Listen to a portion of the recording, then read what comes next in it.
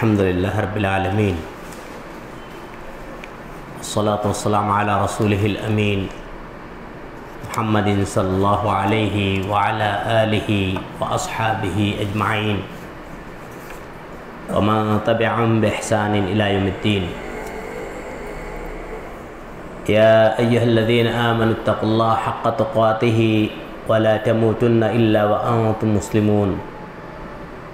يا أيها الناس اتقوا ربكم الذي خلقكم من نفس واحدة وخلق منها زوجها وبث منهما رجالا كثيرا ونساء واتقوا الله الذي تساءلون به والأرحام إن الله كان عليكم رقيبا. يا أيها الذين آمنوا اتقوا الله وقولوا قولا سديدا يصلح لكم أعمالكم ويغفر لكم ذنوبكم ومن يطع الله ورسوله فقد فاز فوزا عظيما. وقال تعالى بسم الله الرحمن الرحيم لعن الذين كفروا من بني إسرائيل على لسان داود وعيسى ابن مريم ذلك بما عصوا وكانوا يعتدون. وقال تعالى بسم الله الرحمن الرحيم كلا بل ران على قلوبهم ما كانوا يكسبون. وجاء في الحديث عن انس بن مالك رضي الله عنه قال قال رسول الله صلى الله عليه وسلم كل بني آدم خطاء وخير خطائين التوابون.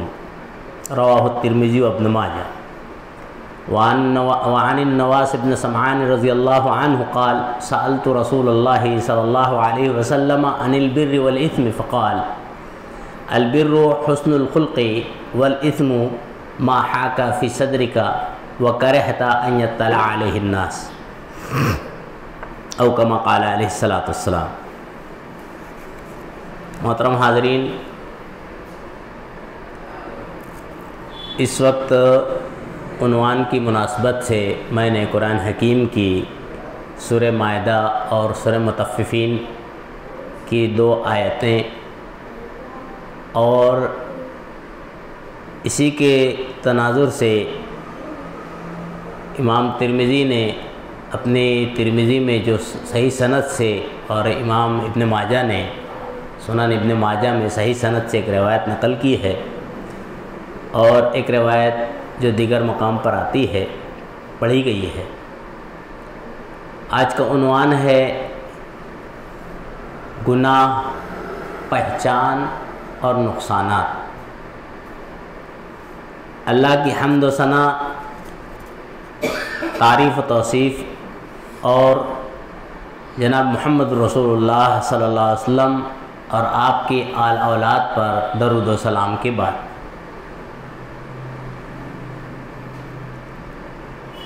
ہمیں اور آپ کو اس بات کا علم ہونا چاہیے کہ گناہ یہ ایسی خرابی ہے، ایسی برائی ہے کہ اس کی وجہ سے اس سے پہلے امت محمدیہ سے پہلے دیگر امتوں کو اللہ نے تباہ اور برباد کر دیا. اللہ نے ان پر اپنا عذاب نازل کیا، اللہ ان پر غضبناک ہوا اور اللہ کی آزمائش اور اللہ کے جو ہے عذاب کی وہ امتیں شکار ہوئیں. اللہ تبارک تعالیٰ نے اس بات کی جو ہے تائید سورہ مائدہ سورہ نمبر 5 آیت نمبر 78 میں فرمائی ہے. اللہ فرماتا ہے لعن الذین کفروا من بنی اسرائیل، کہ ان لوگوں پر لعنت کی گئی بنی اسرائیل میں سے جنہوں نے کفر کیا تھا. علی لسان داؤد، حضرت داؤد علیہ السلام کی زبان پر، یعنی زبور میں جو اللہ نے حضرت داؤد علیہ السلام پر نازل کی تھی، اور وعیسیٰ ابن مریم، حضرت عیسیٰ ابن مریم کی زبان سے جو انجیل میں حضرت عیسیٰ علیہ السلام پر جو نازل ہوئی تھی، اللہ نے لعنت کی ہے.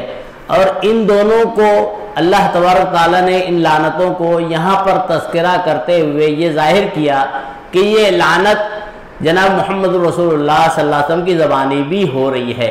قرآن میں یہ ورڈ اللہ نے جو نقل کیا ہے، اللہ بتانا چاہتا ہے کہ ان کے اوپر حضرت داؤد، حضرت عیسیٰ ابن مریم اور اللہ کے نبی کی زبانی لعنتیں کی جا رہی ہیں۔ کیوں لعنتیں؟ آپ جانتے ہوں گے لعنت کا معنی ہوتا ہے کہ جس پر اگر لعنت ہو، اللہ میری آپ کی ہر مومن اور مومنہ کی حفاظت فرماوے۔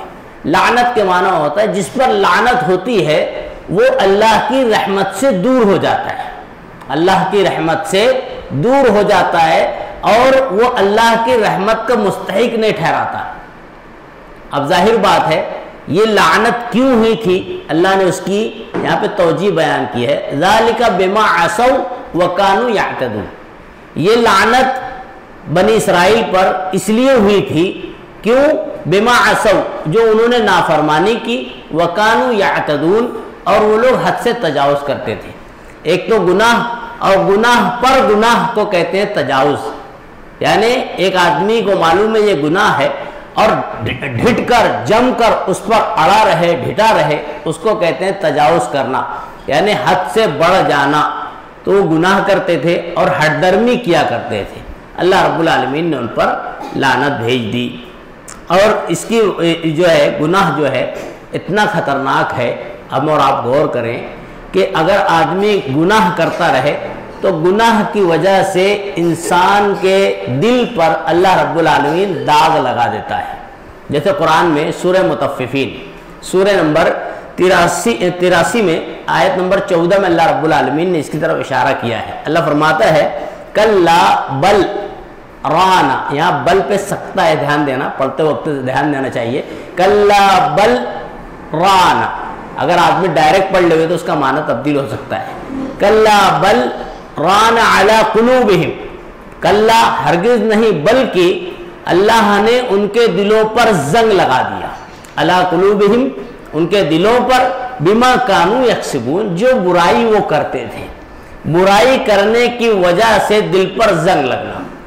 اس کی مثال جناب محمد رسول اللہ صلی اللہ علیہ وسلم نے دی ہے، حدیث میں آتا ہے ان المؤمن اذا اذنب کانت نقطۃ سوداء علی قلبہ، کہ نبی کریم صلی اللہ علیہ وسلم فرماتے ہیں جب بندہ مومن، ان المؤمن، بندہ مومن کی طرف اشارہ کرتے ہوئے، جب اگر جو ایمان والا نہیں ہے تو اس کو گناہ اور نہ جو ہے ثواب کا کوئی اس کے فرق نہیں پڑتا ہے، اب مومن ہے تو مومن فرق کرتا ہے، مومن ہے تو غور فکر کرتا ہے۔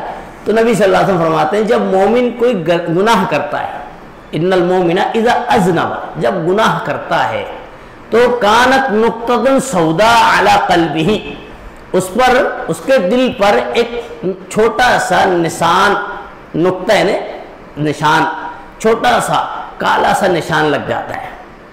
پھر نبی کریم صلی اللہ علیہ وسلم فرماتے ہیں فَإِذَا نَزَعَ، بس وہ چھوڑ دیتا ہے، وَاسْتَغْفَرَ، اور توبہ بھی کرتا ہے، دونوں چیزیں ہیں، اگر چھوڑ دیتا ہے اس سے دور ہٹ جاتا ہے اور توبہ کر لیتا ہے۔ اس سے معلوم یہ ہوتا ہے گناہ کا اگر آدمی ترک کرنے کا ارادہ کرتا ہے، چھوڑنے کا ارادہ کرتا ہے، تو اس کے لیے دو چیزیں ہیں، پہلے تو یہ چھوڑ دے وے کہ اب دوبارہ نہیں کروں گا، عزم مصمم کر لے وے، اس کے بعد اس پر توبہ بھی کر لے وے کہ اللہ معاف کر دے، مجھ سے جانے انجانے میں ہو گیا۔ اگر ایسا کر لیتا ہے تو نبی کریم صلی اللہ علیہ وسلم فرماتے ہیں کہ اس کے دل پر لگی ہوئی سیاہی کو اللہ رب العالمین مٹا دیتا ہے، سُقِلَ عَنْ قَلْبِهِ، کہ اس کے دل پر لگی ہوئی سیاہی کو اللہ دھو دیتا ہے۔ لیکن اور اگر گناہ پر مزید گناہ کرتا ہے تو پھر وہ دھبا بڑھتا جاتا ہے۔ جیسے اس کو ہم ایک مثال سے سمجھ سکتے ہیں، ایک شیشے کا گلاس لیجئے بھرا ہوا، ایک شیشے کا گلاس لیجئے اور اس میں جو ہے پانی سے بھر لیجئے، لبالب بھر لیجئے، اب اس میں مزید آپ کسی سیاہی کا، کسی بھی کلر کی، چاہے بلو رنگ کی ہو، کالی ہو، اس میں ایک قطرہ ڈالیے تو تھوڑا سا وہ سفید صاف صفاف پانی تھوڑا ہلکا سا بلو ٹائپ یا کالا ٹائپ ہوگا، پھر مزید ڈالیے، دھیرے دھیرے دھیرے دھیرے جب وہ آپ اس میں زیادہ قطرات بڑھا دیں گے سیاہی کے تو ایک وقت ایسا آئے گا کہ وہ سفید گلاس کا بھرا ہوا پانی وہ کالا یا بلو نظر آنے لگے گا، کیونکہ اس کے اندر قطرات زیادہ آ گئے ہیں۔ اور اس کے بعد جب پورا بھر جائے گا، آپ بلو ہو گیا یا کالا ہو گیا، آپ مزید اس پہ صاف شفاف پانی ڈالیے، صاف شفاف پانی ڈالیے، دھیرے دھیرے ڈالتے جائیے، دھیرے دھیرے دھیرے دھیرے ایک وقت ایسا آئے گا کہ وہ بلو پانی یا کالا پانی بدل کر پھر سے صاف شفاف ہو جائے گا۔ یہ تمثیل پر غور کریں، نبی صلی اللہ علیہ وسلم نے دی ہے، یہ تمثیل حدیث میں نہیں ہے، لیکن یہ تمثیل کی وضاحت حدیث میں اس طرح سے کہ جب بندہ گناہ کرتا ہے تو اس کے دل پر ایک داغ لگتا ہے، مزید گناہ کرتا ہے تو داغ بڑا ہوتے رہتا ہے اور بڑا ہوتا ہے اور بڑا ہوتا ہے۔ اگر توبہ نہیں کرتا ہے تو پورا داغدار دل ہو جاتا ہے، یعنی جیسے ہم نے دیکھا سفید پانی سے بھرا ہوا گلاس، صاف شفاف پانی، اب اس میں دھیرے دھیرے داغ بڑھتا جا رہا ہے، وہ کالا ہوتا ہے، ایک وقت ایک دم کالا پانی نظر آنے لگتا ہے۔ لیکن اگر توبہ کرتا ہے، نبی کریم صلی اللہ علیہ وسلم فرماتے ہیں، تو پھر اس سے وہ جو ہے سقل عن قلبی، اس کا داغ دھیرے دھیرے دھلا جاتا ہے، یعنی داغ دھل جاتا ہے، پھر وہ صاف شفاف ہو جاتا ہے۔ تو یہ جو ہے اللہ کے نبی صلی اللہ علیہ وسلم نے بیان فرمایا۔ اور جو توبہ نہیں کرتا ہے تو رین یہی ہے، نبی صلی اللہ علیہ وسلم فرماتے ہیں رین یہی ہے جو اللہ نے قرآن میں سورہ مطففین میں نقل کی ہے، کلا بل ران علی قلوبہم، بلکہ اللہ کہتا ہے کہ ان کے دلوں پر زنگ لگ گیا۔ کیوں زنگ لگ گیا؟ پھر جب زنگ لگ جاتا ہے دل پر تو اللہ نے اس کی تفصیل بیان کی ہے، قرآن میں تمثیل ہے کہ جس میں اللہ رب العالمین دلوں پر زنگ لگا دیتا ہے، پھر اس کو رائے ہدایت نہیں ملتی ہے۔ اس کی تمثیل اللہ نے کیسے بیان کی ہے کہ ان کی مثال جانوروں کی سی ہے، جسے توبہ کی توفیق نہیں ہوتی، جس کے دل زنگ آلود ہو رہے ہیں اور اسے توبہ کی توفیق نہیں ہوتی، ان کی مثال جو ہے جانوروں کی سی ہے۔ اللہ نے مثال دی سورہ انعام میں کہ لہم قلوب، ان کے دل ہے، لا یفقہون، سمجھتے نہیں ہیں، ان کے کان ہیں، سنتے نہیں ہیں، ان کے اللہ نے تمثیل بیان کی ہے کہ ان کا سب کچھ ہے، آنکھ ہے دیکھتے نہیں ہیں، کان ہے سنتے نہیں ہیں، اور دل ہے سمجھتے نہیں ہیں۔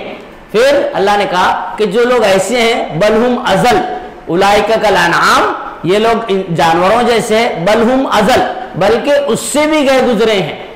جو لوگ یعنی گناہ کرتے ہیں، گناہ پر مزید گناہ، گناہ پر مزید گناہ، تو ان کی تفسیر اللہ نے جانوروں کی سی بیان کی ہے کہ جیسے جانور بھی ہیں، بڑے بڑے کان ہوتے ہیں، لیکن کیا جانور سنتے ہیں کیا؟ کہ بولے آپ اے فلاں بکری ادھر آؤ تو آئے گی نہیں، بیل ادھر آؤ تو آئے گا نہیں۔ تو جانور کو کان بڑے بڑے ہیں لیکن سنتے نہیں ہیں، دل بھی انسان سے بڑا ہے لیکن وہ سمجھتے نہیں ہے۔ اللہ نے تمثیل بیان کی ہے، انسان اور خاص طور سے مومن وہ ہوتا ہے والذین اذا فعلوا فاحشۃ او ظلموا انفسهم ذکروا اللہ فاستغفروا لذنوبهم ومن یغفر الذنوب الا اللہ ولم یصروا علی ما فعلوا وهم یعلمون۔ سورہ آل عمران میں اللہ نے اس کا تذکرہ کیا ہے، والذین، مومن وہ لوگ جو اذا فعلوا فاحشۃ، جب کچھ غلطی کر بیٹھتے ہیں تو ذکر اللہ، فوراً اللہ کا ذکر کرتے ہیں، استغفر اللہ، مجھ سے یہ غلطی ہو گئی، اللہ معاف کرے، یہ غلطی میں نے جان بوجھ کے کی یا انجانے میں کی۔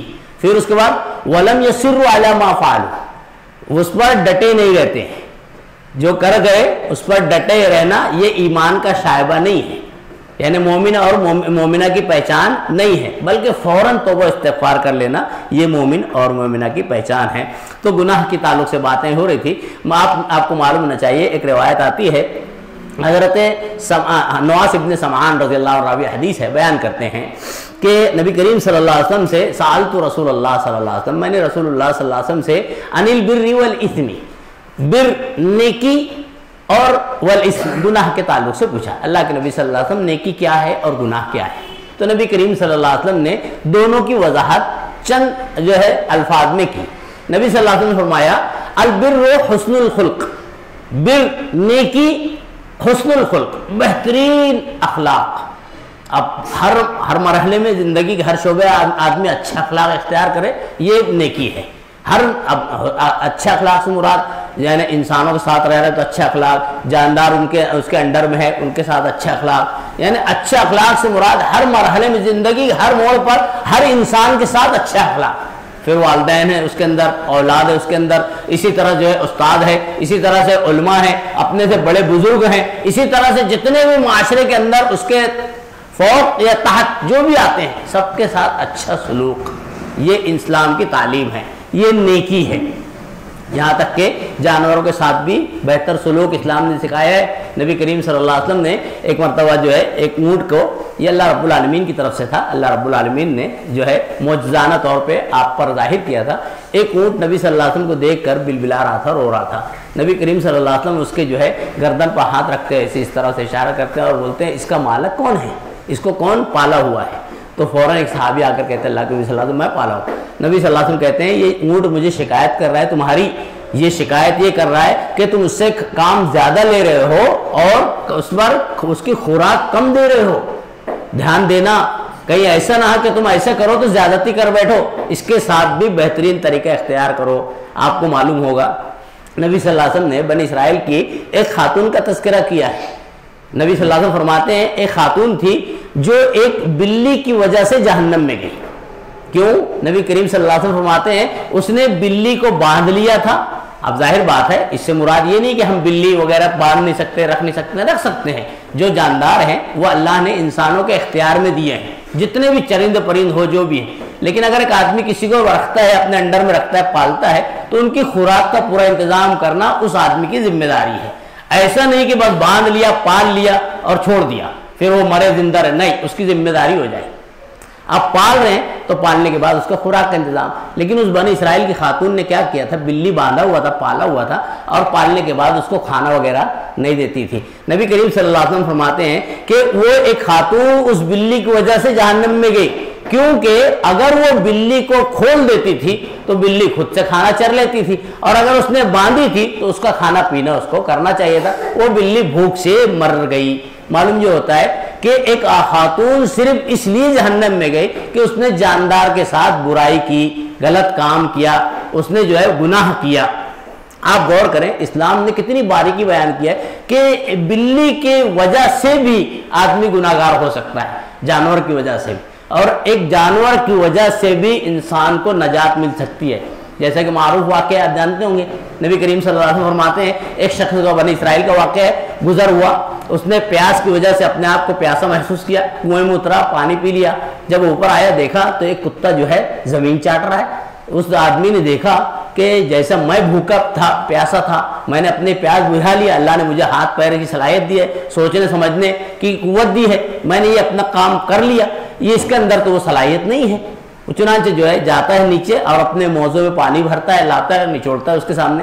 نبی کریم صلی اللہ علیہ وسلم فرماتے ہیں بہت گناہگار بندہ تھا، لیکن اس کی اس ادا سے اللہ نے اس کی مغفرت کر دی، چونکہ اس نے احساس کیا کہ بھائی میں جیسا پیاسا تھا میں نے پیاس بجھا لیا، اللہ نے میرے اندر وہ صلاحیت نہ دی ہے، اس کے اندر وہ صلاحیت نہیں ہے، اس نے اس کا خیال کرتے ہوئے اس کی پیاس بجھا دی، اللہ رب العالمین نے اس کی اس ادا سے اس کی مغفرت کر دی۔ تو خیر شریعت میں جہاں انسانوں کے ساتھ حسن سلوک کا بتایا گیا ہے، وہاں جانوروں کے ساتھ بھی اسلام نے حسن سلوک بیان کیا ہے۔ اور یہی بات حضرت نواس ابن سمان کہتے ہیں، جب میں نے نبی کریم صلی اللہ علیہ وسلم سے پوچھا کہ نیکی اور برائی، تو آپ نے کہا نیکی یہ حسن الخلق، سب کے ساتھ بہترین اخلاق، اچھے اخلاق کا مظاہرہ۔ اور اس کے بعد آپ نے فرمایا والاسم، برائی کیا ہے؟ ما حاک فی صدرک، یہ بہت اہم اصول ہے جو نبی کریم صلی اللہ علیہ وسلم نے بیان کیا ہے، اس پر ہر انسان کو غور کرنا چاہیے، اور یہ چیز ہے ہی۔ ایک تو نیکی سمجھ میں آ گئی، نیکی جتنی بھی بھلائی ہو سکتی ہے، جو بھی خیر خواہی ہو سکتی ہے، اچھے اخلاق انسان کا مظاہرہ انسانوں کے ساتھ ہو یا جانوروں کے ساتھ ہو، یہ نیکی ہے۔ اور برائی ما حاک فی صدرک، نبی کریم صلی اللہ علیہ وسلم فرماتے ہیں کہ والاسم، برائی وہ ہے جو تیرے دل میں کھٹکے، ما حاک فی صدرک۔ آپ غور کریں انسان جو ہے، جو بھی ہم اور آپ اس سے جو ہے گزر چکے ہیں، بچپنے میں اور جوانی میں، آدمی جب پہلی مرتبہ کوئی برائی کرتا ہے، جیسے ایک بچہ ہے اگر اس میں کوئی برائی کر رہا ہے پہلی مرتبہ، تو اسے بہت سا خوف ہوتا ہے، والدین دیکھ تو نہیں رہے، بھائی دیکھ تو نہیں رہے، ابو دیکھ تو نہیں، محلے والے دیکھتے، اور یہاں تک کہ محلے والے چچا فلاں کا ڈر ہوتا ہے کہ فلاں تو نہیں دیکھ رہا ہے، جو کہا جان پہچان کا تو نہیں دیکھ، کوئی انسان تو نہیں دیکھ رہا ہے، چھپ کر ڈر کر کرتا ہے۔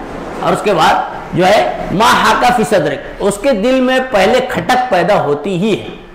جیسے اس کی مثال ہم سے لے سکتے ہیں، ایک بچہ روزے سے، اب الحمدللہ جو جانکار ہوتے ہیں، سمجھدار ہوتے ہیں، وہ تو یہ چیز نہیں کرتے، لیکن بچوں میں یہ چیز ہوتی ہے، اور بہت سے تجربات ہمارے اندر بھی ہے۔ جیسے روزہ رکھتے تھے چھوٹے سے، اب والدین کی طرف سے وہ ذمہ داری تھی بھائی روزہ رکھنا ہے، اب ہماری عمر کتنی 5-6 سال، روزہ رکھنا بہرحال رکھا ہے، اب روزہ رکھے ہوئے، اب بھوک کا احساس ہے، پیاس شدید لگی ہوئی ہے، اب دیکھ رہے ہیں کوئی نظر نہیں آ رہا ہے، چلیے ٹھیک ہے ایک گھونٹ پانی پی لیا، کسی نے دیکھا نہیں، ہاں نہیں دیکھا، ہاں، لیکن اس ایک گھونٹ پانی پیتے وقت بھی یہ ڈر ہوتا ہے کہ بھائی ابو تو نہیں دیکھ رہے, امی تو نہیں دیکھ رہے, فلاں تو نہیں دیکھ, کوئی نہیں جب دیکھ رہے, ہاں کوئی بالکل نہیں ہے. یہ ما حاک فی صدرک, یہ نبی صلی اللہ علیہ وسلم نے اصول بیان کیا ہے کہ برائی وہ ہے جو دل میں کھٹکے. دل میں پہلی مرتبہ آدمی اگر کرے اور وہ دل میں کھٹک رہا ہے کہ کوئی دیکھ تو نہیں رہا ہے, مجھے کوئی دیکھ تو نہیں لے گا, میں کر رہا ہوں, ہے نا, تو دل میں جو کھٹکتا ہے نا, دل لرزتا ہے, تو وہ برائی ہے. لیکن اگر آدمی برائی کو بار بار کرتا رہے, پھر وہ احساس کھٹک ختم ہو جاتی ہے. ایک آدمی ہے جیسے شرابی ہے, عادی شرابی, پہلی مرتبہ شراب پیے گا تو ڈرے گا, دل کھٹکے گا, لیکن اگر عادی بن جائے گا شراب, پھر اس کو ڈر اور کسی کا ہوتا نہیں. پھر نبی کریم صلی اللہ علیہ وسلم فرماتے ہیں اذا لم تستحی فاصنع ما شئت, جب تیرے اندر شرم نہیں ہے تو جو دل تیرا کہے وہ کر, پھر اس میں کوئی پکڑ وکڑ نہیں ہے. جب شرم ہی نہیں ہے تو ختم, اور اگر شرم ہے تو دل کھٹکے گا. نبی صلی اللہ علیہ وسلم نے بیان فرمایا ہے کہ ما حاک فی صدری, جو تیرا دل کھٹکے, برائی وہ ہے جو کرتے وقت دل کھٹکے. اب مثال کے طور پہ ایک آدمی ہے نماز پڑھنے جا رہا ہے, کبھی دل گھبرائے گا؟ نہیں گھبرائے گا. قرآن پڑھنے جا رہے ہیں, دل گھبرائے گا؟ نہیں گھبرائے گا. لیکن اگر اس کے برعکس سے کوئی برائی کرنے جا رہا ہے, فوراً دل کھٹکے گا, ارے یار نہیں کرنا چاہیے. یہ دل کھٹکنا. اور دوسری چیز نبی صلی اللہ علیہ وسلم نے اصول بیان فرمایا کہ وَكَرَهْتَ أَن يَطَّلَعَ عَلَيْهِ النَّاسِ, دو اصول ہے. ایک تو دل کھٹکنا, دوسرے یہ کہ تو ناپسند کرے کہ لوگ اس پر مطلع ہوں. برائی گناہ وہ ہے کہ جس پہ لوگ مطلع ہوں, اس سے تو ناپسند کرتا ہو. ایک آدمی برائی کرتا ہے لیکن سوچا رہتا ہے کہ مخفی ہے, اور جب تک مخفی ہی رہنا چاہیے. اللہ اور بندے کا معاملہ ہو جاتا ہے, بلا وجہ اس کو ظاہر نہیں کرنا چاہیے. اور اگر جب اسلام کا معاملہ ہے, جب نبی کریم صلی اللہ علیہ وسلم تھے تو صحابہ کرام ظاہر کرتے تھے, کیونکہ اپنے آپ کو صاف پاک اور شفاف کرنا چاہتے تھے. اس کی کئی مثالیں ہیں.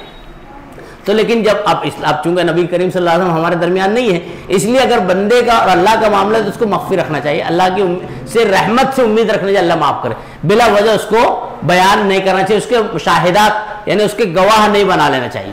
آپ سمجھ رہے ہیں, ایک آدمی کوئی غلطی کر دی ہے, اللہ اور بندے کے درمیان معاملہ, اس کو چھپائے رکھے, اللہ معاف کرے. علم اگر نہیں ہے کسی غلطی کا تو اس کا دوسرے انداز سے سوال کر لے علماء سے, جانکاروں سے, لیکن غلطی کو بہرحال چھپا کے رکھے.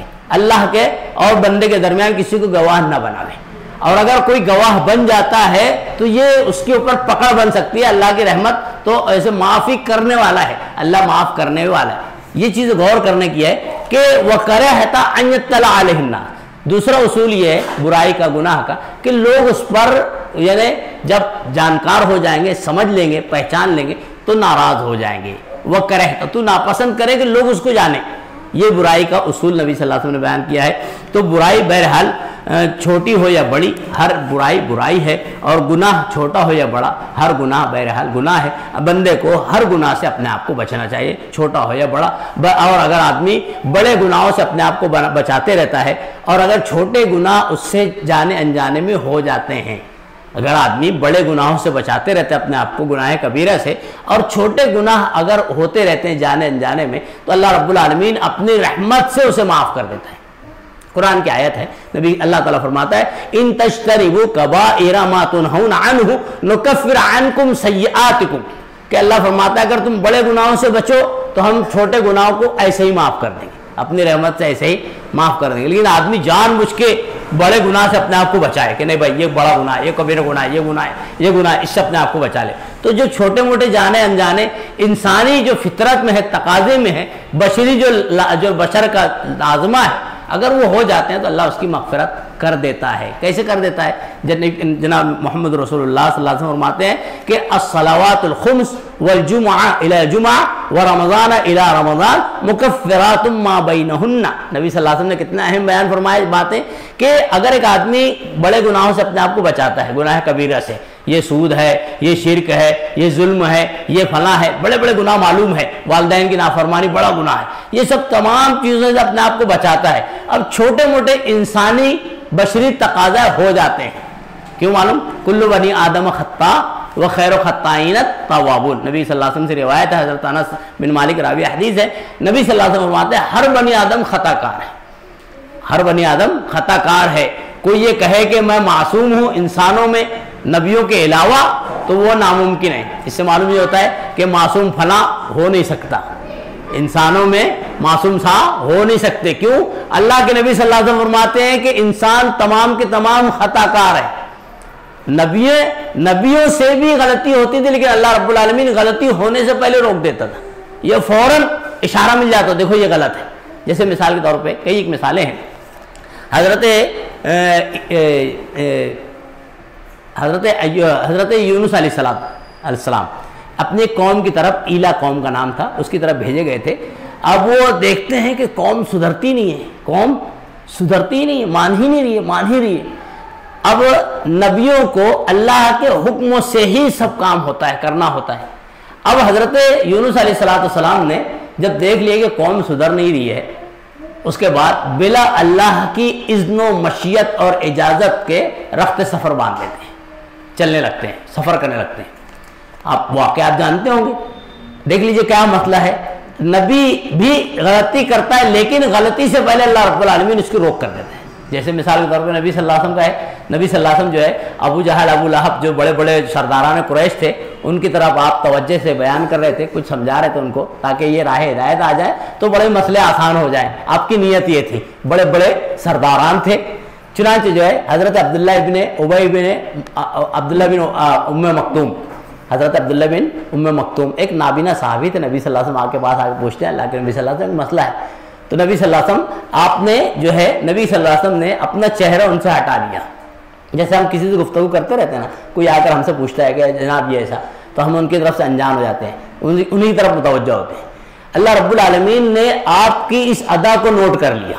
دیکھ لیجیے قرآن کا مطالعہ کریں، سورہ عبس 29ویں پارے میں اللہ نے اس کو نقل کیا ہے. عبس و تولا 30ویں پارے میں، عبس و تولا، آپ نے آنکھ بسورا، پیشانی چڑھائی اور آپ ہٹ گئے، ان سے پلٹ گئے. ان جاءہ الاعمی، جبکہ آپ کے پاس ایک نابینا شخص آیا ہے، ایک نابینا شخص آئے اور وہ ہدایت چاہتا ہے. جو عبداللہ بن ام مکتوم تھے، نابینا صحابی تھے، وہ ہدایت چاہتے تھے، مسلمان تھے اور وہ کچھ گائیڈنگ کے لیے آئے تھے. نبی صلی اللہ علیہ وسلم اس امید تھے کہ سرداران قریش شاید میری بات مان لیں، تو بڑے مسائل ہیں آج کل، تکلیف کا دینا، ہو سکتا ہے ہدایت مل جائے. آپ کی توجہ ان کی طرف تھی. اب یہ طریقہ جو تھا نبی صلی اللہ علیہ وسلم کا، اللہ کو یہ اتنی ادا بھی پسند نہیں آئی. اللہ رب العالمین نے قرآن میں آیت نازل کی، دیکھیے یہ ایسا مت کیجئے، یہ چیز غلط ہے. یہ ٹھیک ہے، یہ ہدایت دینا اللہ کے ہاتھ میں، ان کو ہدایت ملے نہ ملے آپ کو یہ نقصان دینے والے نہیں، آپ ان کا فراق چھوڑ دیجئے. جو ہدایت چاہتے ہیں آپ ان کی طرف توجہ دیجیے. تو خیر حضرت یونس علیہ السلام سفر کر رہے ہیں، اللہ کی مشیت نہیں ہے، اللہ کی اجازت نہیں ہے. اب چنانچہ جو ہے کشتی میں سوار ہوتے ہیں. سوار ہونے کے بعد کچھ دور چلنے کے بعد کشتی ہچکولے کھانے لگتی ہے. آپ کو معلوم ہونا چاہیے دور قدیم میں جب لوگ سفر کرتے تھے اور دوران سفر کشتی بلا کسی سبب کے ہچکولے کھاتی تھی. سبب ہوتا ہے، جیسے جو ہے لہریں آئی ہے، موج آ گئی تو کشتی ہچکولے کھائے، ایک سبب ہے. لیکن بلا کسی سبب کے، نہ لہر آئی ہے نہ موج ہے، درمیان میں چلتے اچانک ہچکولے کھاتی ہے. تو اس وقت کے جو ملاح تھے، جو کشتی کے جو چلانے والے تھے اور جو تجربہ کار لوگ تھے، ان کو یہ معلوم تھا کہ اس کے اندر ضرور کوئی نہ کوئی ایسا غلام بیٹھا ہے جو اپنے آقا کی نافرمانی کیا ہوا ہے، اپنے آقا سے فرار ہے. یہ ان کا تجربہ تھا، یہ ان کا جو ہے زندگی کا تجربہ تھا. چنانچہ جو ہے کشتی بلا سبب کے ہچکولے کھانے لگی. تو ملاح جو ہے اس میں جو بیٹھا ہوا تھا، جو کشتی چلانے والا تھا، اور دیگر لوگ کہنے لگے اس میں ضرور کوئی نہ کوئی ایسا ہے جو اپنے آقا سے، اپنے مالک سے بھاگ رہا ہے. چنانچہ جو ہے اب سب جو ہے معائنہ کیا جاتا ہے، دیکھا جاتا ہے کہ فلاں ابن فلاں ہے، فلاں فلاں، سب لوگ تو جو ہے اس میں آقا یعنی سب ایسے ہیں کہ غلام نہیں ہیں، سب ایسے ہیں کہ غلام اس میں کوئی ہے نہیں، سب آقا والے ہیں. بات سمجھ رہے ہیں آپ؟ سب تو ایسی کنڈیشن والے کوئی غلام نہیں ہے. چنانچہ جو ہے پھر سب کے نام سے قرعہ ڈالا جاتا ہے، سب کا نام ڈال کے قرعہ کیا جاتا ہے. اس کے اندر فلاں ابن فلاں فلاں فلاں سب کے نام سے چٹھی اڑائی جاتی ہے. حضرت یونس کے نام سے چٹھی نکلتی ہے، حضرت یونس کے نام سے چٹھی نکلتی ہے. جب چٹھی نکلتی ہے تو لوگوں کو، چونکہ حضرت یونس علیہ السلام یہ اللہ والے تھے، لوگ جانتے تھے بڑے متقی پرہیزگار ہیں، یہ تو اللہ والے ہیں، یہ تو اپنے آقا سے بھاگ نہیں سکتے ہیں اور یہ کسی کے غلام بھی نہیں ہے. یہ بظاہر ایسا محسوس ہوا. دوبارہ پھر چٹھی ڈالی جاتی ہے، قرعہ کیا جاتا ہے، پھر سے ان کا ہی نام نکلتا ہے. تیسری بار پھر ڈالی جاتی ہے، پھر سے ان کا نام نکل جائے. جب 3 بار نام نکلتا ہے تو سمجھ جاتے ہیں کچھ نہ کچھ معاملہ ہے. چنانچہ جو ہے حضرت یونس کو قاعدے کے حساب سے جو بھی ایسا غلام ہوتا تھا جو آقا سے فرار ہوتا تھا، اس کو جو ہے سمندر کے حوالے کیا جاتا تھا. حضرت یونس کا نام علیہ السلام کا نام 3 بار نکل گیا. لوگوں نے طے کر لیا کہ بھائی یہی ہے جو اپنے آقا سے بلا اجازت کے جا رہے ہیں. چنانچہ ان کو بھی سمندر کے حوالے کر دیا گیا. جب سمندر میں پہنچ گئے حضرت یونس علیہ السلام کو ایک مچھلی نے انگل لیا.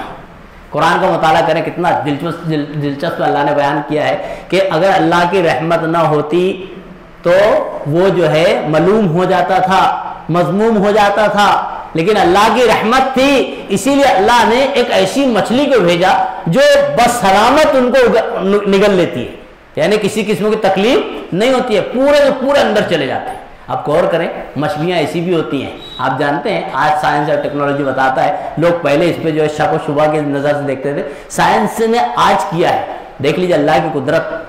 سائنس بتاتا ہے آج کہ جو ہے سمندر کے اندر ایسی مچھلیاں ہیں جن کو ایک مچھلی کے تعلق سے کہتا ہے کہ 1 ٹن خوراک لگتی ہے.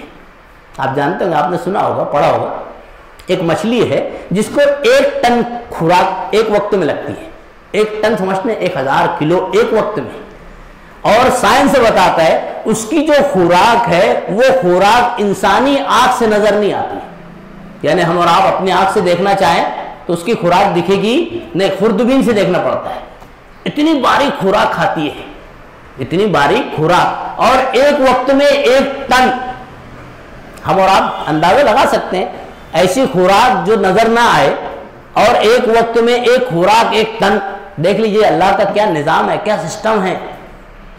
چنانچہ آج کا سائنس کہتا ہے کہ وہ مچھلی جو ہے ویل مچھلی ہے. کون سی مچھلی ہے, میں اگر نام میں چوک رہا ہوں گا تو الگ بات ہے, لیکن ایک ویل مچھلی ہے غالباً. ویل مچھلی کے تعلق سے کہتے ہیں کہ یہ ایک وقت میں 1 ٹن کھانا کھاتی ہے اور خوراک بھی ایسی کھاتی ہے کہ جو بظاہر انسانی آنکھوں سے نظر نہ آئے. پھر کون سی کیسے خوراک ہوتی ہے؟ تو اللہ رب العالمین نے اس کے گل پھڑے کے سامنے گویا ایک جو ہے سسٹم لگا دیا ہے, باریک جالی لگا دی ہے. یہ ایسے ٹہلتے رہتی ہے اور جتنے بھی سمندر کے گندگی ہے, خرابیاں ہیں, جو وائرس ہے, بیکٹیریاز ہیں, وہ بیکٹیریاز کو جمع کرتے رہتی ہے وہ پورے سمندر سے. اور جب 1 ٹن کے برابر ہو جاتا ہے تو اکٹھا کھاتی ہے, اکٹھا ایک وقت میں خوراک کھاتی ہے. یہ اللہ کا نظام ہے. اگر اللہ اس کو نہیں بناتا تھا تو جو سمندر میں بیکٹیریاز ہیں, جو وائرس ہیں, وہ دیگر جانداروں کو, مچھلیوں کو مار دیتے تھے. اللہ نے یہ انتظام کیا ہوا ہے, یہ سائنس نے اس کی تحقیق بتائی.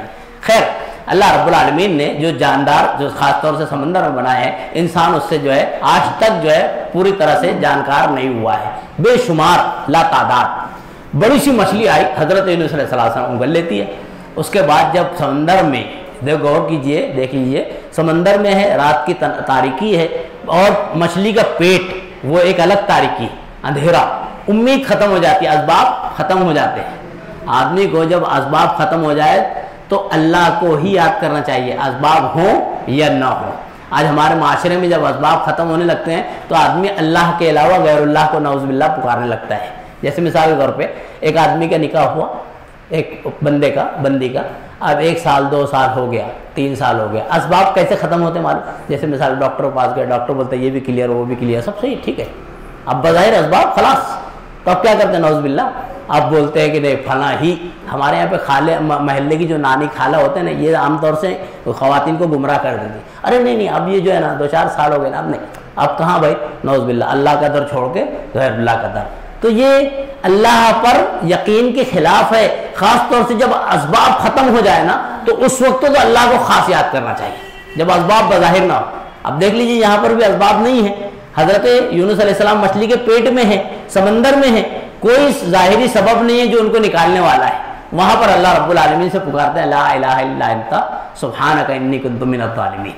آپ غور کریں, وہاں پہ دعا اللہ سے کیا کر رہے ہیں, لا الہ الا انت, نہیں کوئی معبود سوائے تیرے اے پروردگار. اور جب تو معبود ہے, اللہ سے کہتے ہیں تو پروردگار ہے, جب بندے کا یہ یقین ہوگا کہ اللہ پروردگار ہے, معبود برحق ہے, تو پھر اللہ ہر چیز پر قادر ہے. اللہ سے جب کرتے سبحانک, اللہ تو پاک ہے, انی کنت من الظالمین, میں ہی غلطی کرنے والا تھا, میں نے ہی اپنے نفس پر ظلم کیا تھا. کیا ظلم انہوں نے کیا تھا؟ وقت سے پہلے, اللہ کی اجازت سے پہلے وہ اپنے مقام کو چھوڑ گئے تھے. یہ ان کی غلطی تھی, ان کی زیادتی تھی. اللہ رب العالمین نے اپنی رحمت سے اس مچھلی کو حکم دیا کہ اس کو سلامت بسلامت باہر لائے. چنانچہ جو ہے سمندر کے کنارے مچھلی بسلامت حضرت نبی علیہ السلام کو باہر لاتی ہے، پھر اپنی قوم کی طرف پلٹ آتے ہیں.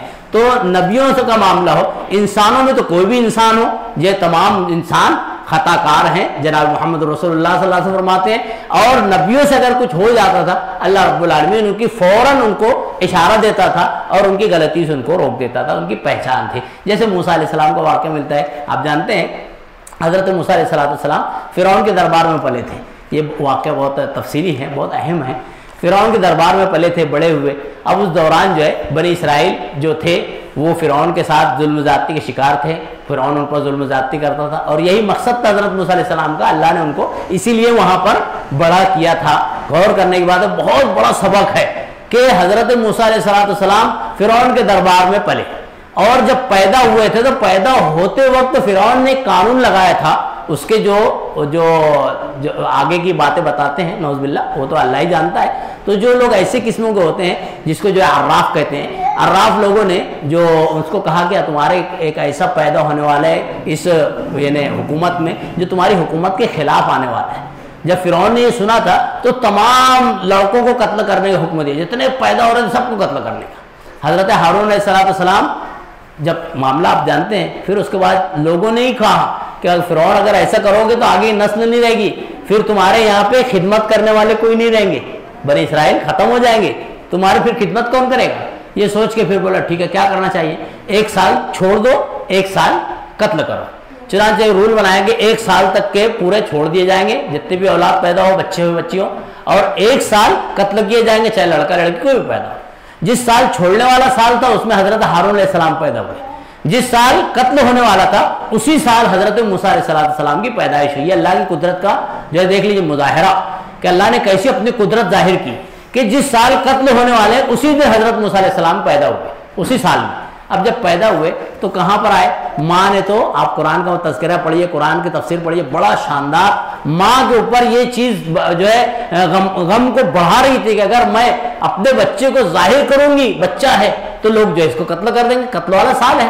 اب کیا کرتی ہے، مارے ڈر کے حضرت موسیٰ علیہ السلام کی والدہ جو ہے ان کو ایک تبوک میں ڈال کے جو ہے اس میں جو ہے ایک صندوقچے میں ڈال کے ان کو سمندر کے حوالے کرتے. سمندر کے حوالے بھی کیسے ہوتے ہیں اس کی بھی ایک تفصیل ہے، آپ جانتے ہوں گے. ایک مرتبہ جو ہے یہ روز کا ان کا معمول تھا، اس طرح سے صندوقچے کو جو ہے رسی سے باندھ کے اپنے گھر کے آخری حصے میں جو سمندر سے ٹچ تھا اس کنارے حصے میں اس طرح سے باندھ دیا کرتی تھی رسی کو، اور اس میں اس طرح سے کوئی آتا تھا خاص طور سے تو اس کو سمندر کے حوالے ایسے رکھ دیتی تھی اور یہ اس طرح سے رسی بندھا ہوا رہتا تھا. ایک مرتبہ مہمان آئے، یہ سمندر میں اس طرح تھے اور رسی جب انہوں نے باندھا تو رسی کی گیٹ پوری نہیں پڑی. مہمان کے ڈر سے کہ دیکھ لیں گے میرے یہاں میں بچہ ہے، قتل ہو جائے گا. اور خاص طور سے مہمان ایسے بھی ہوتے تھے جو فرعون کی طرف سے متعین تھے، جو گھومتے تھے، دیکھتے تھے محلے میں کسی کے وہاں اولاد تو نہیں ہوئی ہے قتل کرنے کے لیے. تو ایسے لوگ جو ہے رون پہ تفتیش پہ آئے تھے. حضرت موسیٰ علیہ السلام کی والدہ نے ان کو جو ہے سمندر کا حوالہ کیا. گینٹ تھوڑی ہلکی ہوگی، یہ اللہ کی مصلحت، گیٹ جو ہے ڈھیلی رہ گئی، اس کی وجہ سے دھیرے دھیرے موسیٰ علیہ السلام پانی کے لہر سے دھیرے دھیرے صندوقچہ آگے بڑھ گیا.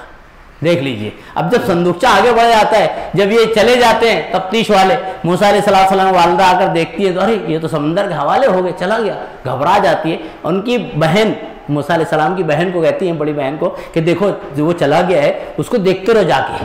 دیکھ لیجیے پورا واقعے پر غور کریں. وہ بہن وہ دھیرے دھیرے کنارے سے چلتے ہوئے اس پر نظر ہے اور دیکھتے رہتے ہیں. چنانچہ اللہ رب العالمین اس کو گھماتا پھراتا فرعون کے دربار تک لے آتا ہے. فرعون اپنی اہلیہ کے ساتھ جو آسیہ تھی علیہ السلام، تو اس کے ساتھ جو ہے وہ ٹہل رہا تھا.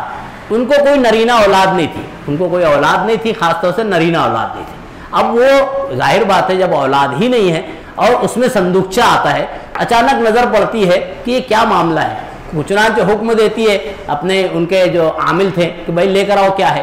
جب لایا جاتا ہے صندوقچہ کھولا جاتا ہے، دیکھتے ہیں اس میں ایک خوبصورت بچہ ہے. فرعون کی بیوی کہتی ہے نہیں ہم اس کو جو ہے ختم نہیں ہونے دیں گے، یہ بچے کو ہم رکھ لیں گے، بڑا پیارا، ہمارے پاس اولاد بھی نہیں ہے اسے. اب ظاہر بات ہے بیوی کہے اور شوہر نہ مانے، یہ تو ناممکنات میں سے ہے نا. اور ایسی بیوی جس کے اولاد نہیں ہو اور خوبصورت سب کچھ ہے، اس کی بات مانتا تھا فوراً کہا ٹھیک ہے اب تم مانتے ہو. پہلے تو اس کو شک ہوا لیکن بولتے نہیں تم مانتے چلو رکھ لو.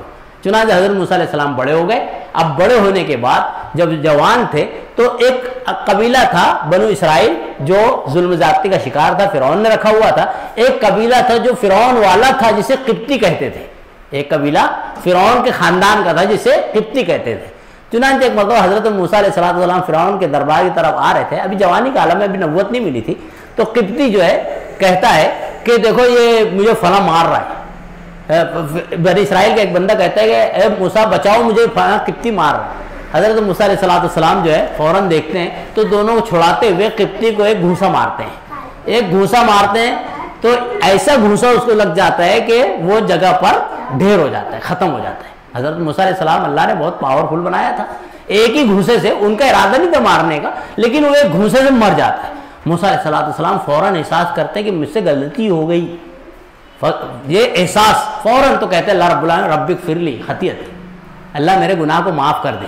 رب اغفر لی، اللہ میرے گناہ کو معاف کر. فغفر لہ، اللہ کہتا ہے کہ اللہ نے ان کو معاف کر دیا. یعنی نبیوں سے بھی ہو جاتا تھا لیکن فوراً احساس گناہ ہوتا تھا. یہ نبی تو خیر، تو گناہ ایسا ہے کہ آدمی جو ہے انسان جانے انجانے ہو جاتا ہے. اگر آدمی بڑے گناہوں سے اپنے آپ کو بچائے اور چھوٹے موٹے گناہ جانے انجانے میں ہو جاتے ہیں، اللہ رب العالمین اپنی رحمت سے اسے معاف کر دیتا ہے. خاص طور سے نمازوں کے اہتمام سے، جمعہ کے اہتمام سے، رمضان المبارک کے اہتمام سے. اگر آدمی ان تینوں چیزوں کا اہتمام کرے، دیکھ لیجئے نمازوں کا اہتمام، فرائض کا اہتمام، اس کے بعد جمعہ کا اہتمام.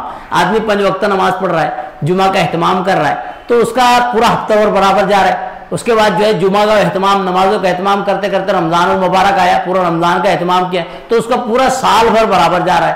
اب جب پورا سال بھر صحیح جا رہا ہے تو جو چھوٹے موٹے گناہ ہو جاتے ہیں اللہ اس صحیح جانے کی وجہ سے معاف کر دیتا ہے. لیکن اگر سال ہی صحیح نہیں جا رہا ہے، نہ نماز ہو رہی ہے، نہ جمعہ ہو رہا ہے، نہ رمضان کے روزے ہو رہے ہیں، تو جو ہے آدمی بڑے گناہوں سے گرچہ بچ جائے لیکن چھوٹے گناہ کی بھی باس پرس ہو سکتی ہے، کیونکہ اس نے اس کا راستہ نکالا نہیں ہے جو مغفرت کا راستہ ذریعہ ہے. تو خیر گناہ کے کیا نقصانات ہیں، یہ کافی طویل باب ہے اور بحث ہے.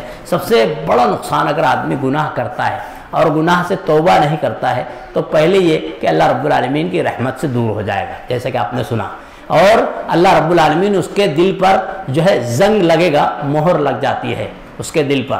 اس سے محفوظ رہنا چاہیے. فوراً اگر انسانی بشری تقاضے کے ناطے چھوٹا موٹا جو بھی ہو گیا فوراً اللہ کے حضور آ جانا چاہیے، توبہ استغفار کرنا چاہیے. اور پورا توبہ کا فائدہ یہ ہے کہ بندہ اگر توبہ کرے، روایت میں آتا ہے نبی کریم صلی اللہ علیہ وسلم فرماتے ہیں کہ اللہ اشد، اللہ کے نزدیک وہ بندہ زیادہ محبوب ہے اس شخص سے جو توبہ کرتا ہے. اس کی مثال اللہ کے نبی صلی اللہ علیہ وسلم فرمائی کہ اس ایک ایسا شخص ہے جس کو جو ہے یعنی کہیں بیابان میں صحرا میں تھا اور اس کے اونٹ تھا، اونٹ پر لدا ہوا سامان تھا اور اونٹ اپنے سامان کے ساتھ گم ہو گیا. صحرا میں ہے، ظاہر بات ہے اب تو اس کی سوائے موت کے کوئی چارہ ہی نہیں ہے، کیونکہ جو کھانے پینے کی خوراک تھی وہ جا چکی ہے. اب پریشان حال ہے، اب صرف اس سے موت ہی نظر آ رہی ہے، نہ پانی پینے کے لیے نہ خوراک کھانے کے لیے. اتفاقاً جب کنڈیشن بہت بری ہوتی ہے اچانک اس کا اونٹ نظر آ جاتا ہے، وہ اونٹ اپنے سامان کے ساتھ نظر آ جاتا ہے. نبی صلی اللہ علیہ وسلم فرماتے ہیں یہ صحرا والا بندہ کتنا خوش ہوگا جس کی موت سامنے دکھ رہی تھی بھوک پیاس سے، اب اس کا بھوک پیاس کا انتظام ہو گیا تو کیسا خوش ہو جائے گا، الحمدللہ مل گیا، بہت خوش ہوگا. تو نبی صلی اللہ علیہ وسلم فرماتے ہیں بندہ اگر توبہ کرتا ہے تو اللہ رب العالمین اس بندے سے زیادہ خوش ہوتا ہے، اس اونٹ والے بندے سے زیادہ خوش ہوتا ہے اس بندے سے جو بندہ اللہ سے توبہ کرتا ہے. تو گناہ کے بعد اس پر اڑ جانا اور اٹل رہنا یہ بندہ مومن کی شان اور پہچان نہیں ہے، بلکہ چھوٹے موٹے جو گناہ ہو جائے فوراً اس پر توبہ استغفار کرتے رہنا چاہیے. اور اس کے کئی ذرائع ہیں، کئی طریقہ کار ہیں جس کی تفصیل انشاءاللہ رکھی جائے گی. خاص طور سے اللہ نے جو ہے سورہ زمر میں سورہ نمبر 39 آیت نمبر 53 میں ایک بات بیان فرمائی ہے کہ میرے بندوں سے کہیے کہ جنہوں نے اپنے نفسوں پر ظلم کیا لا تقنطوا من رحمت اللہ، اللہ کی رحمت سے مایوس مت ہو. اللہ کے پاس بندہ جس وقت جس حال میں چلا جاوے اگر اخلاص سے اللہ کے سامنے ظاہر کرے تو اس کی اللہ رب العالمین توبہ قبول کر لیتا ہے، اس کے گناہ اللہ معاف کر دیتا ہے. شرط یہ ہے کہ بندہ اس کو اختیار تو کرے، اپنے گناہوں کا توبہ تو کرے. تو اس کے نقصانات میں سے پہلا نقصان میں نے بیان کیا. دوسرا نقصان علم سے محرومی، یہ بڑا اہم معاملہ ہے. علم سے محروم ہے. اگر آدمی گناہ پر گناہ کرتا ہے تو اس سے جو شرعی علم ہے اس سے بھی آدمی محروم ہو سکتا ہے. یعنی اس کا حافظہ کمزور ہو سکتا ہے, اس کا جو ہے یاد کیا وہ بھول سکتا ہے. اس کی کئی مثالیں ہیں. ایک مثال جو ہے علامہ ابن تیمیہ رحمۃ اللہ نے نقل کیا ہے کہ امام شافعی رحمۃ اللہ امام مالک کے شاگرد تھے. امام مالک کے شاگرد تھے. اب امام شافعی کو اللہ نے بڑا علم نوازا تھا. امام مالک کے شاگرد ہیں اور استاد سے آگے ہیں, استاد سے کئی مراحل میں آگے ہیں. کیسی, اس کی ایک مثال ملتی ہے کیسے کس طرح سے آگے تھے. ایک مرتبہ امام مالک رحمۃ اللہ علیہ کے پاس ایک سائل آیا. اس نے جو ہے ایک سوال کیا کہ بھائی میں نے ایک چڑیا خریدی تھی, سامنے والے نے بیچا تھا, اس لیے بیچا تھا کہ وہ ہر وقت چہچائے گی, اور میں جب خرید کے لایا ہوں تو چہچا نہیں رہی ہے, چپ رہ رہی ہے, کیا میں اس کو واپس کر سکتا ہوں؟ امام مالک رحمۃ اللہ فرماتے ہیں ہاں واپس کر سکتے, جاؤ. فتویٰ دے دیا. جب وہ فتویٰ لے کر آ رہا تھا واپس کرنے کا, امام شافعی رحمۃ اللہ علیہ ابھی نوجوان 15-16 سال کے, اب وہ کھڑے تھے باہر, تو ان سے ملاقات ہوگی. بولے کیا معاملہ ہے؟ بولے میں ایسا فتویٰ لینے آیا تھا. تو بولے امام صاحب نے, استاد نے کیا فتویٰ دیا؟ بولے یہ فتویٰ دیا. تو بولا نہیں آپ جاؤ واپس, یہ فتویٰ صحیح نہیں ہے. اب وہ جو سائل تھا وہ فوراً جا کر کہتا ہے کہ آپ کو ایک شاگرد باہر ہے, وہ کہتا ہے فتویٰ صحیح نہیں, آپ نے غلط فتویٰ دیا. ارے تو بولے کون شاگرد ہے؟ بولے شافعی نام کا ہے. بولے بلاؤ. حضرت امام شافعی رحمۃ اللہ علیہ امام مالک کے پاس آ جاتے ہیں. اب استاد اور شاگرد کا معاملہ ہے, حضرت امام شافعی شاگرد ہے, حضرت امام مالک استاد ہے. اب استاد کے فتوے کی مخالفت شاگرد نے کر دی. بہت اہم نقطہ ہے. آج ہمارے معاشرے میں لوگ تقلید میں مبتلا ہیں کہ بھائی ضروری ہے یہی راستہ. دیکھو امام سے سبق ملتا ہے, یہ بہت اہم ہے. نقطتاً بتا دوں اشارتاً, بس بات وقت ختم ہو گیا. چنانچہ جو ہے امام شافعی رحمۃ اللہ علیہ سے پوچھتے ہیں امام مالک رحمۃ اللہ, بھائی تم کیوں فتویٰ کینسل کر رہے ہو میرا, کیوں غلط کہہ رہے ہو؟ کہتے ہیں کہ بھائی آپ نے جو کہا ہے یہ میں نے آپ سے ایک حدیث سنی ہے, اس بنا پر آپ کے فتوے کو رد کرتا ہوں. بولے کیا حدیث سنی ہے؟ تو بولے میں نے آپ سے یہ حدیث سنی ہے, نبی کریم صلی اللہ علیہ وسلم نے ایک صحابی سے کہا تھا کہ ابو جہان نام تھا, ایک صحابی تھے, تو ان سے کہا تھا کہ نکاح کے تعلق سے پوچھا گیا تھا کہ بھائی اس سے نکاح کرنا ہے کہ نبی صلی اللہ علیہ وسلم کو جواب دیا تھا نہیں, ابو جہان جو ہے غریب ہیں اور معاویہ جو ہے یہ ان کا جو ہے ڈنڈا ہر ٹائم شانے پہ رہتا ہے, تم فلاں سے شادی کرو. یہ بہت تفصیلی باب ہے. تو چنانچہ جو ہے بولے اس حدیث سے, یہ تو صحیح سند سے حدیث ہے. بولے ہاں. نبی صلی اللہ علیہ وسلم بولے ہاں. بولے اس سے کیسے تم استدلال کر رہے ہو, کیسے فتویٰ نکال رہے ہو؟ نبی صلی اللہ علیہ وسلم سے بیان کرتے ہیں پھر امام شافعی رحمۃ اللہ. دیکھیے نبی صلی اللہ علیہ وسلم نے یہاں پہ کہا ہے کہ وہ ابو جہان جو اپنے شانے سے ڈنڈا نہیں اتارتے, یعنی سفر کرتے رہتے ہیں. لیکن کیا ہر وقت سفر کرتے تھے؟